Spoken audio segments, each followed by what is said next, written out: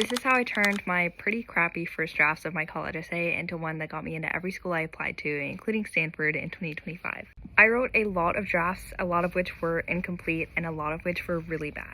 A lot of my original drafts looked a lot like this. I was really trying to explain this punk rock identity specifically through the story of my parents, and I felt like I was focusing a lot on my parents' story rather than my own. Then I transitioned into this phase where I really wanted to talk about my punk rock identity in the context of it being like a religion that I grew up with.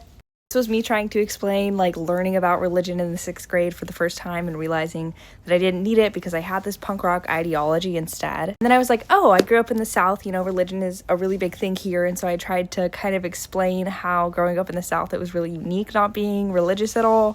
And I finally realized that that was really difficult to explain. It was just too much going on. So I went back to the original idea, trying to explain this kind of punk rock story through my parents' story, but then realized I am focusing way too much on my parents and not enough on me.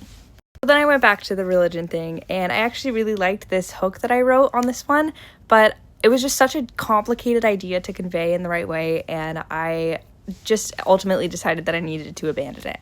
And then I landed on my final essay, and I kind of focused on myself and what this kind of punk rock identity meant to me. And then I took that and I explained why that's still important to me now and why it will be important to me in the future, and roped in an extracurricular and, still acknowledge my parents, but only in one sentence. So that was kind of how I landed on that and the whole big crazy phase that I went through in the middle. If you need help with your college essay from our team of experts, go to essay.cafe/Odelia.